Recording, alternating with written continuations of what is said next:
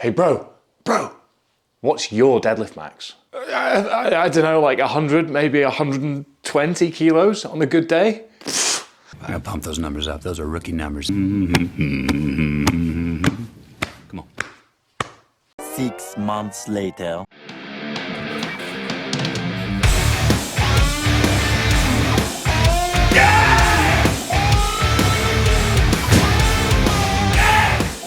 So obviously I haven't gone from deadlifting 100 kilos one day to 250 kilos 6 months later. In fact, in my powerlifting only days, my best deadlift of all time is 272.5 kilos or 600 pounds. And since I have become a hybrid athlete and done more sumo deadlifting, my best deadlift was performed in December last year at 250 kilos or 550 pounds. So as the years have gone on, my training focuses have adjusted. I've dialed certain things up, I've dialed certain things down. But along the way, I've always done my best to maintain my top end deadlift strength because I love it as a movement. It's a great test of overall strength. It can be a functional movement if performed correctly. And it's just a very sort of teenager dry scooping pre-workout wearing a stringer at 16 years old version of myself, nostalgia that I feel whenever I load up the bar and grip it and rip it. However, deadlifting is a movement that is plagued with controversy on the internet by homeowners association, Karens all over the world, and many more. But today we're going to break down why you might not necessarily be deadlifting as heavy as you can, with 5 points as to how you can improve your deadlift.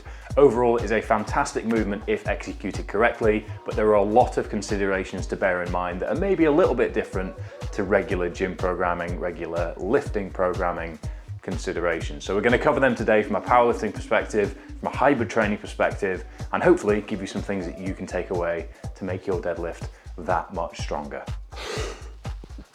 Well, before you even set up for your deadlift, it's important to not make mistake number one, which is to not have a stable base. Far too often, we can see people deadlifting in shoes like these or something similar, where you have a spongy, unstable, foamy base to work with, as well as a bit of a drop height, because the drop height from here to here is 8 millimeters, which is going to change your positioning, is going to adjust how you're feeling, and going to give you a little bit of instability underfoot, which means you can't generate as much force from the ground upwards.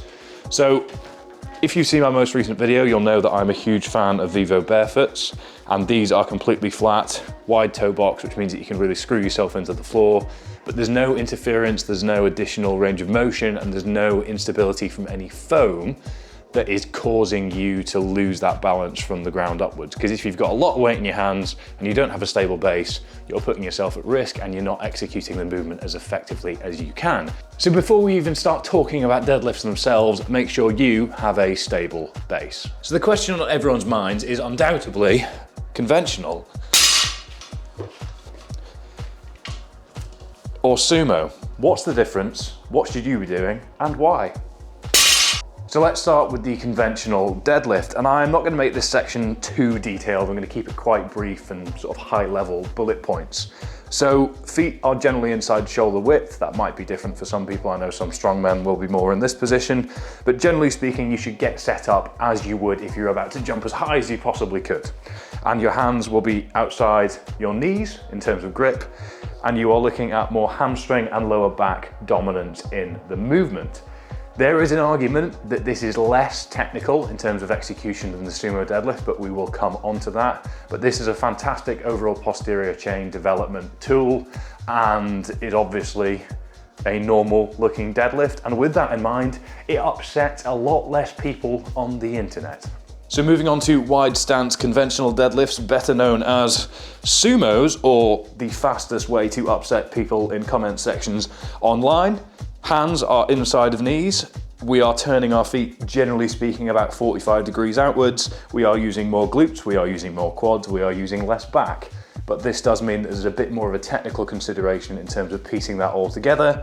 As with conventional, this might be suited to certain leverages in terms of your biomechanics, which we'll cover in a second. But overall, it is another option. I use this regularly because it allows me to tolerate more volume as a hybrid athlete than I can with conventional, even though my actual conventional strength has been proven to be higher over the years. This means I can deadlift more and it fatigues me less. So this is a Sumo deadlift.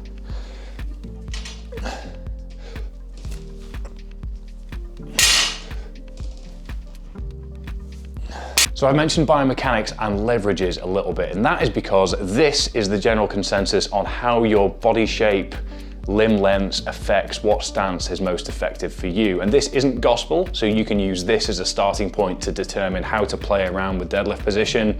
But ultimately you need to play around, feel what's comfortable, feel what's sustainable, and feel what you can execute safely, and then stick with it. Because our individual biomechanics mean that you might not necessarily be able to deadlift like Yuri Belkin does because you're not built like Yuri Belkin. So take that on board. There is no perfect deadlift form in general terms, but there is a perfect deadlift form for you, but that will take work and that will take trial and error over the years to get right. So the next point to consider, and something that's frequently asked online, is grip. How should you be holding the bar? What should you be focusing on? Should you use straps? Should you not use straps?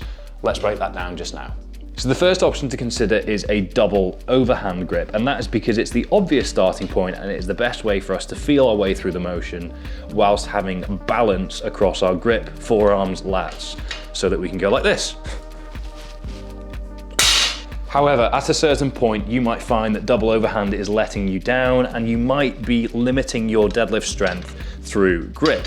And that is where a mixed grip like this one or this one can come into play, as this effectively allows us to screw ourselves into the bar a little bit more and create a stronger grip overall.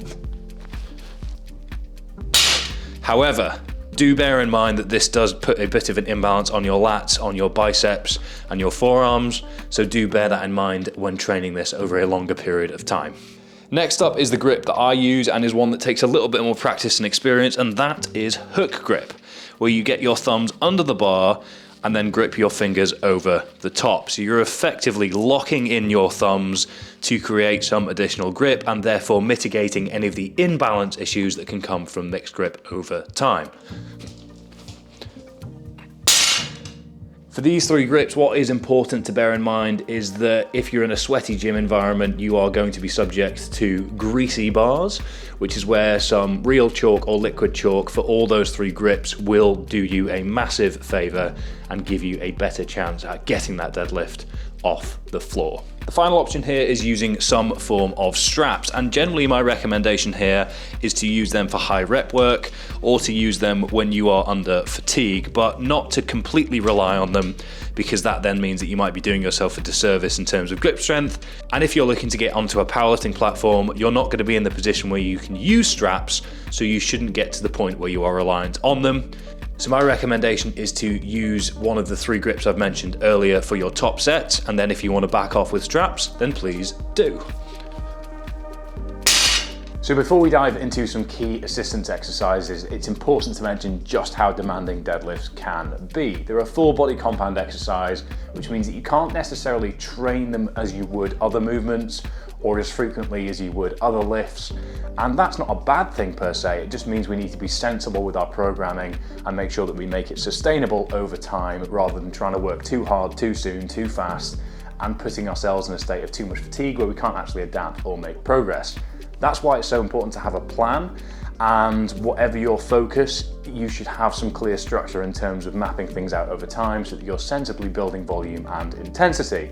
If you are looking at training from a hybrid training point of view, then might I recommend Omnia Performance, which is the top link in description down below, where we have a wide range of training plans for specific goals, training programs for more generalized week-to-week hybrid training blocks, training programs where you can focus on hybrid training in more general terms, and then we have a wide range of one-to-one coaching options. So just to give a quick example, whilst you might be able to squat 3 days a week, bench a little bit more frequently and get a lot more assistance exercise done, top end, high demand, high intensity deadlifts, if you're doing them 3-4 times a week, you're very quickly gonna feel a little bit Mike Tyson'd and wonder where it all went wrong. So have intent with your programming, have clarity, have direction, and make sure to listen to your body over time so that you're not overshooting what you can recover from in terms of deadlift demand. So as I've already mentioned, deadlifts are a full body exercise, which means that to get stronger at deadlifts, you should be training your full body. And we can get a little bit more specific on that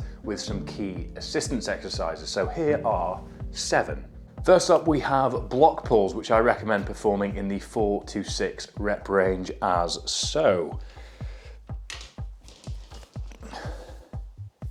These are a fantastic way to develop the top portion of your deadlift and improve your lockout. And they're also a great way for those of you that might be new to deadlifting to get used to the mobility and the positioning before you actually deadlift from the floor.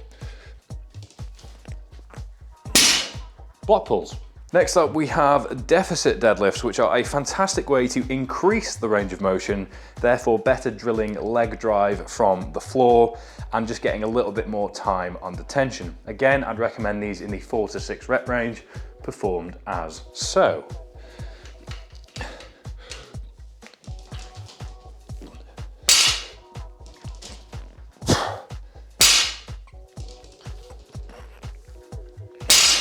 So these will be quite demanding on your hamstrings, your glutes, and your quads, as well as your lower back. So a pretty demanding exercise overall, but when performed correctly can be a fantastic way to improve your top end strength. Next up, we have bent over rows, which are a great way of reinforcing your upper back strength and developing tightness and strength in all deadlift positions. So I'd recommend performing these in the 8 to 12 rep range as so.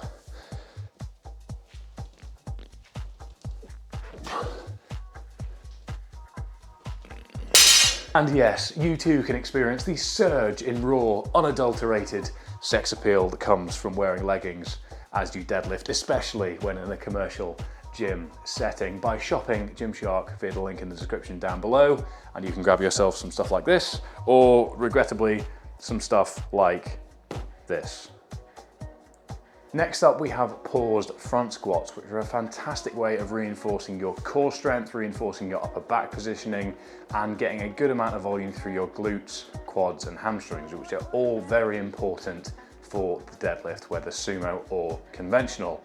I recommend performing these in the sort of 6 to 8 rep range and getting really comfortable with these over time, because I personally have found them to be one of the best assistance exercises for my deadlift in all positions.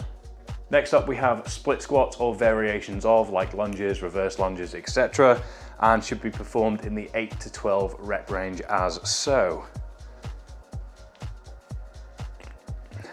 And here's a fun fact: the best way to set up for Bulgarian split squats is to take 2 footsteps forwards, get yourself set up, and then put the dumbbells down and go home, because Bulgarian split squats are horrible. Next up, we have paused deadlifts, and whatever your position preference, That's what she said. there are a few ways you can execute this. So you can pause just off the floor and pull through. You can pause just at the knee and pull through. In the same vein, if you are a sumo puller, you can pause just off the floor or just below the knee. And this is a fantastic way to really drill your position and maintain tightness and control in that position through the pause. So again, 4 to 6 rep range, 2-second pause, counting to 2 whilst holding a barbell normally ends up being a 1-second pause. And I appreciate I'm probably quite aggressively man spreading right now. So I'm gonna take a knee and say that that is one of my favorite deadlift variations. And for some final points to consider today, obviously, if you're looking to get stronger, build strength, build muscle mass, etc., then you're gonna wanna have your nutrition nailed.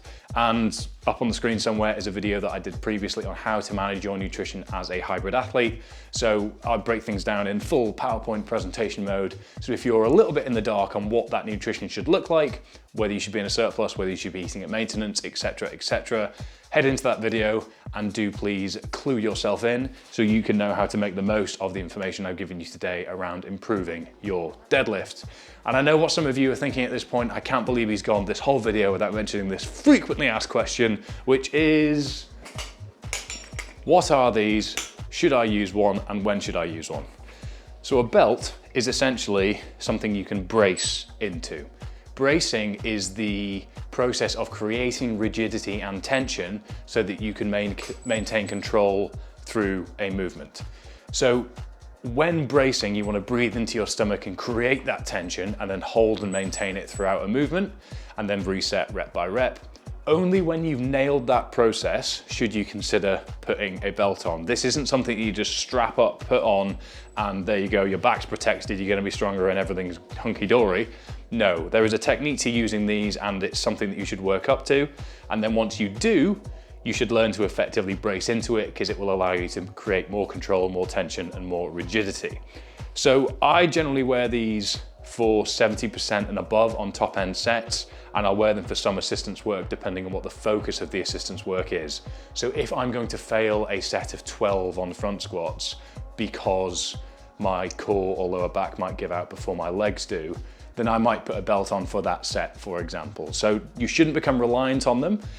Going back to the straps argument before, it's similar. So when should you wear one? Ultimately, once you've nailed bracing and you've got that technique down and you are looking for top end strength gains, because by creating the control, tightness and rigidity with a belt, you can translate that into top end strength. So something to consider, but by no means an essential, depending on what level of this deadlift journey you are on. So I'm gonna dramatically drop this belt and say thank you very much for watching. Please do make sure to like the video, comment down below with your thoughts, feelings, suggestions, anecdotes, etc, etc. Do please make sure that you hit subscribe. It really does put a smile on my face and makes the silliness of having studio lights in my home gym all the more worthwhile, and I do really appreciate all of the support recently. The channel has been going through an evolution of focus points. We're casting a bit of a wider net, and it's fantastic to see so many new faces and usernames around the comment section. So I hope that's been informative, and I look forward to seeing you next time.